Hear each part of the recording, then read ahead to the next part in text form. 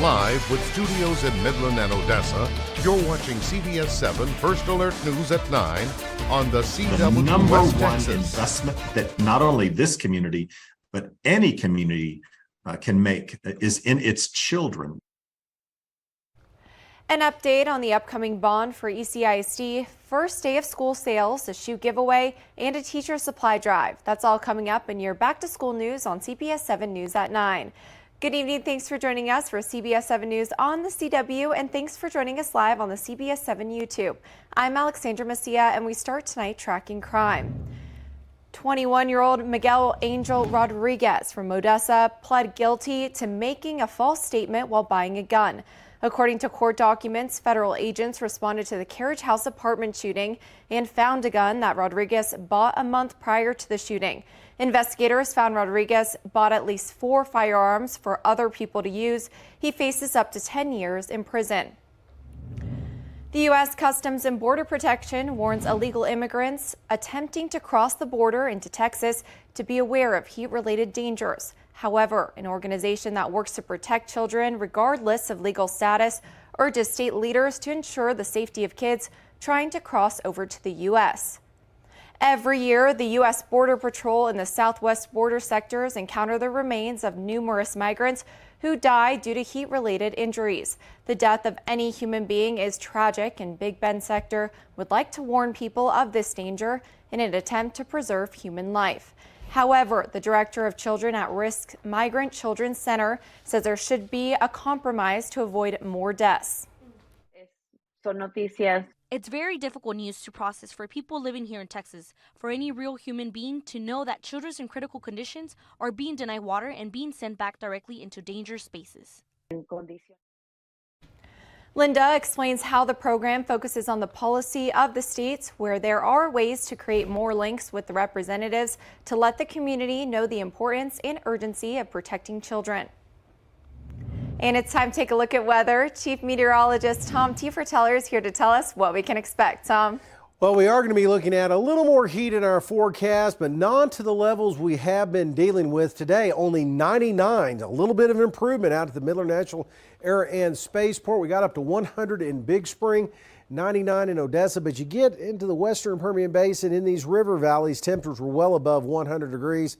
And 101 down towards Dryden. As we take a look at temperatures, currently we're seeing those into the lower 90s out there. So starting to cool off quite a bit. The mountain area is really cooling off too at the present time, as we are seeing the wind still a little blustery out there in some parts across the Trans-Pecos at the present time. And these southeast winds are going to come into play as we move in towards the weekend, as we will see some slightly milder temperatures on the way for your weekend and into next week, as we're not going to get above 105 anytime soon. Thanks, Tom. This week, the ECISD Board of Trustees began deliberations on a bond that would not raise taxes for community members. Everything is still under discussion, but the next steps include getting the community's feedback. The bond opportunity represents a significant investment in the students of ECISD, both the 33,500 students that we serve today and the generations of students that we will continue to serve.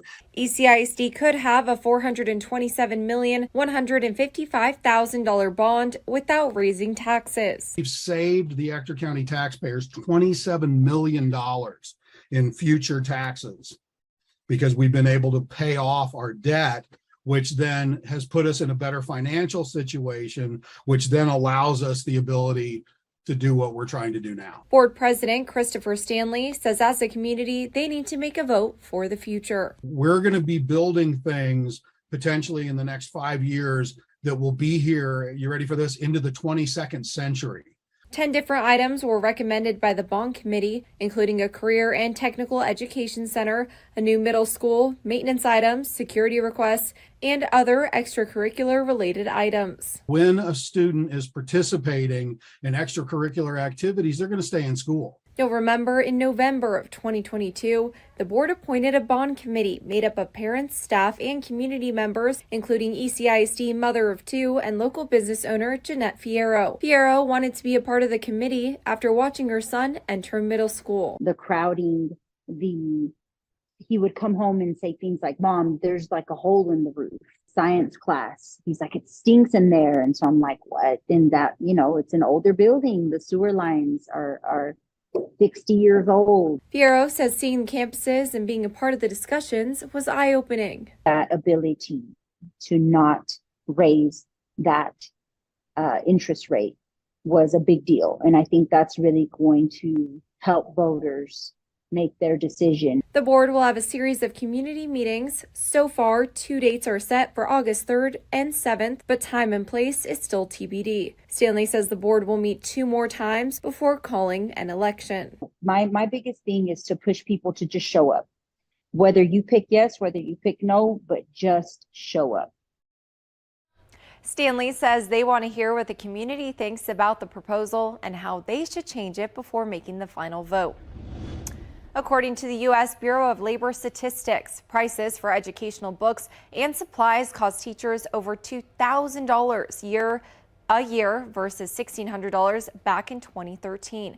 There are ways West Texas teachers can combat those costs, like Senior Life of Midland's Back to School Texas-sized garage sale. With the prices for just about everything still rising, teachers today took advantage of some great deals to make sure their classrooms are ready for the new school year. Over the last 10 years, there has been a $400 increase in school supplies, and with the Permian Basin getting younger and newer teachers out of college, it can be hard to get all the supplies you need. It's really overwhelming starting the school year, especially as a teacher. It can get really expensive and you kind of don't even know what supplies to get. So it's nice having everything in one area, and it's really cheap. It's good prices for teachers. At the Back to School Texas-sized garage sale, there was everything you could think of for a teacher, from pencils, markers, glue, stickers, glitter to loose leaf paper. And the Texas garage sale wasn't the only place for teachers to shop today. Home Hospice held its second annual Back to School supply distribution event for teachers this morning. This was in downtown Odessa. Supplies were supposed to be distributed until 1 p.m., but about 300 teachers showed up and supplies ran out before noon. Home Hospice told us that it's all about giving back to the community. We like to give back to our community, and anything that we can do to help is what we are here to do. Home Hospice will be distributing school supplies again tomorrow morning at Centennial Park in downtown Midland from 9 a.m. until supplies last. It's a story you'll only see on CBS7. 25 kids will step into the school year with a new pair of kicks. That's why one local business owner partnered with the Permian Basin Boys and Girls Club to buy 25 of its upstanding members a pair of shoes. 5 kids from each of the 5 Permian Basin locations were chosen. Each child received a $100 gift card and chose their shoes during a private shopping event. The room was filled with thoughtful chatter about colors and sizes. Foot Locker staff also gave them goodie bags. If they didn't meet their $100 limit, they picked out socks and hats. We all know the saying, when you look good, you feel good. Organizers say that's the point of the event. I think the biggest thing is you hear so much about mental health and self-confidence with kids. And so for these kids to be able to stand tall and walk into school and be proud of themselves, because I believe if you look good, you feel good. For event organizer Anthony Bolton, it's all about giving back and giving confidence. He says that's the feeling he wants to give to kids as they prepare to take on the school year. I remember my first day of school and I had that new pair of shoes, that new outfit, and I would sit there with my hands on my hips and I would sit there and be like, I'm gonna kill him today. I'm killing him tomorrow. You know, so I know how that is to have that new pair of shoes. It just makes you feel good. You walk in with confidence. You're in your classroom with confidence. He says that the feeling he wants to give the kids as they prepare to take on the school year. A traffic update for you. I-20 travelers in Midland will be using the new bridge at County Road 1250 this weekend. This is the first of 3 bridges being constructed along Interstate 20. Traffic will shift to the new structure over a 2-day period beginning Thursday night. Vehicles on I-20 will now pass over County Road 1250. According to TxDOT, this new overpass will eliminate the risk of bridge strikes on I-20. County Road 1250 will be open Monday morning. And a new sports complex is coming to Odessa. Thanks to a 100-acre donation from Park Spell Ranches, the City Council of Odessa approved the resolution unanimously, which means construction is officially underway. The proposed complex will be near Parksbell Ranch and North Faudree Road and is expected to cost around $55 million. Larry Bell and his family donated 100 acres of land within the Parksbell Ranch Development Master Plan to develop a new complex. In total, the land is worth $5 million. Now, the next step is to work with a consultant on budgeting and naming rights. Let's get behind this thing. Let's do something significant and see if we can't make this happen, because I think it's going to only lead to bigger and better things in a stronger community. The new complex will have 20 volleyball courts, 10 basketball courts, and an indoor 200-meter banked competition track. It will also have multiple soccer fields, football and lacrosse, and up to 8 baseball, softball fields. The Bell family hopes the complex is finished by fall of 2024 or spring of 2025. Now for a look at today's top headlines, shown here in real time with real viewers on CBS7.com. See all these stories and more by downloading our app or visiting our website at CBS7.com. And still ahead, a plea deal between the DOJ and Hunter Biden falls apart in court. Next on CBS 7 News at 9, the snag keeping the president's son in legal jeopardy.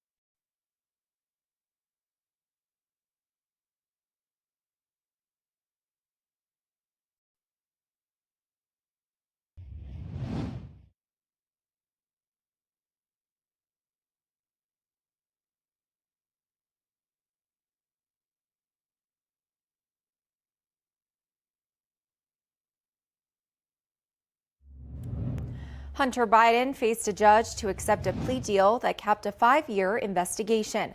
But the hearing hit a major snag. Skylar Henry reports on a day of surprises in Wilmington, Delaware. Hunter Biden walked into the federal courthouse planning to accept a plea deal, but after a tense 3-hour hearing, the agreement fell apart, drawing this response from the president and first lady. They love their son and they support him as he continues to rebuild his life.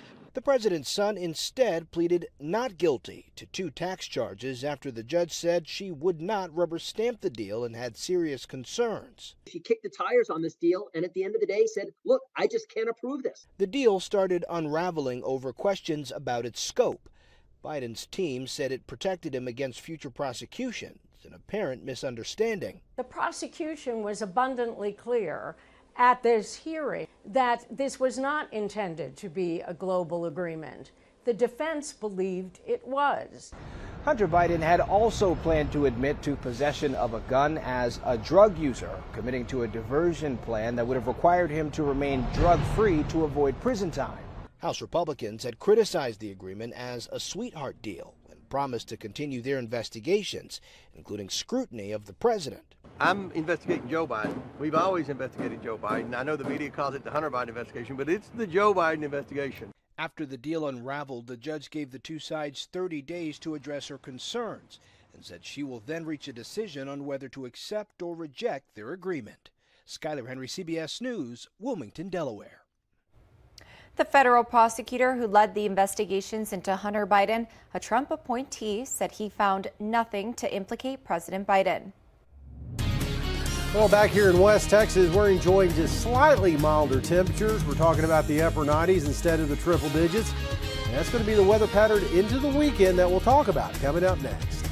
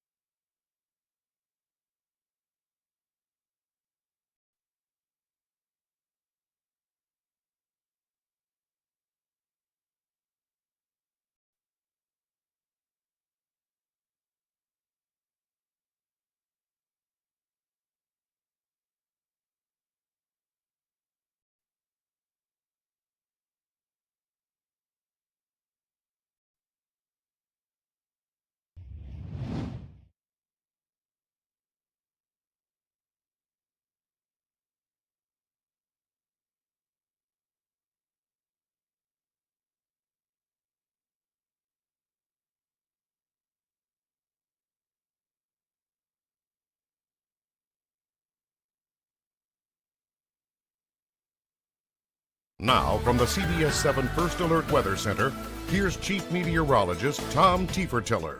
Well, a quick peek outside on our live iCam in Odessa showing a tranquil evening, a little bit milder out there as we're into the lower 90s now. So we're trying to cool off a little bit here at 9 o'clock after seeing a day with plenty of triple digits across West Texas. Now, what's going on is we have this big area high pressure. We've been talking about that for about the past 60 days. And it's really not going anywhere anytime soon. It's going to kind of move back and forth off to the east first off through the weekend and into early next week, then start to move back upon us by the middle part of next week. So it's really going to dictate those temperatures. But as it moves east in the near term, that's where we're going to see the possibility of temperatures staying below 100 degrees. A little bit of improvement after this summer and what we've been dealing with. Across the state of Texas, not a lot happening shower, thunder shower wise. All of it's been right along the Gulf Coast, a few breeze showers to cool some people off. So some nice conditions there, and also into the mountains of New Mexico from Ruidoso, Cloudcroft areas north towards Santa Fe is where we're seeing most of that activity hang out. Now across the state of Texas, plenty of hot temperatures. Look at that. Corpus Christi at one time, 102 with heat index values in excess of 112 degrees this afternoon, 99 in the Houston area, 101 in San Antonio. So you can see plenty of hot conditions with humidity. We kind of fared pretty good with 99 degrees and very little humidity. A hot spot across the state, well, one of them was El Paso up to 108 degrees. Now, nothing falling out of the sky, just a couple of clouds here and there on the West Texas Futurecast. As things look quiet again tomorrow, we'll see some high cloudiness try to move in.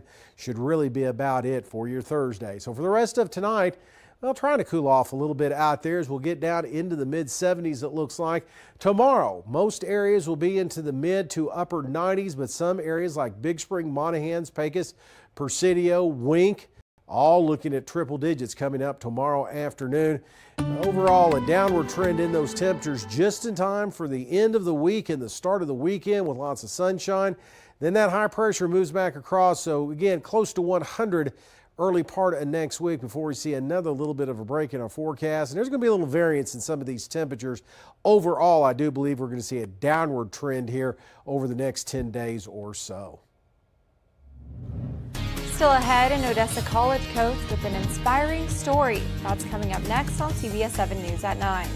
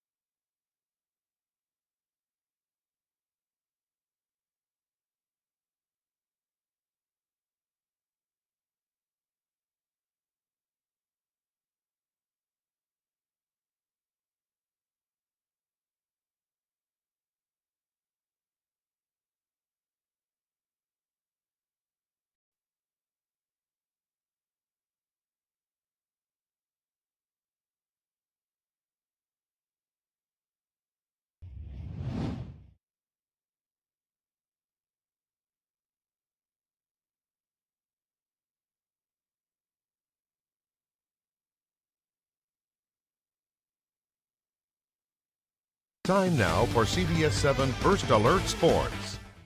Adam Lucio is a coach at Odessa College. He's also a standout athlete in a bunch of sports, including softball. CBS 7 Sports Director Jacob Brandenburg talked with him about playing in the World Series next week and inspiring others.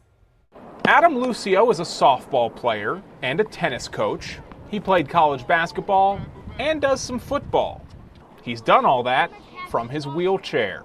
I really don't have any other perception. I got injured really early in life, right? So this is my only outview, my only, perception that I have of sports. I really love anything that brings out the competitive side of me. Adam shares his passion by coaching kids.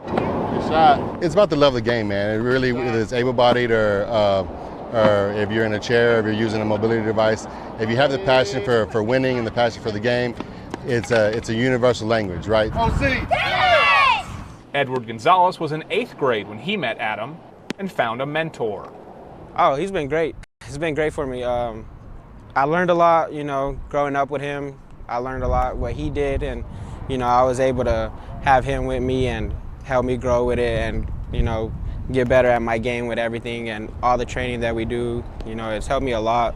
It's a lot of positive influence. So those are moments that you really cherish because you're like, wow, I affected somebody's life for the better and potentially for the rest of their life, right? It's a ripple effect. So whatever I do here goes on forward. Now, as teammates, Adam and Edward will play in the Wheelchair Softball World Series in Chicago. I'm really excited. It's my first time participating at the national level, so I'm really excited to be there.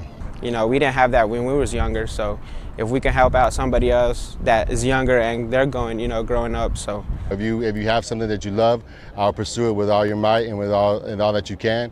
And if you have the right attitude, then anything's possible.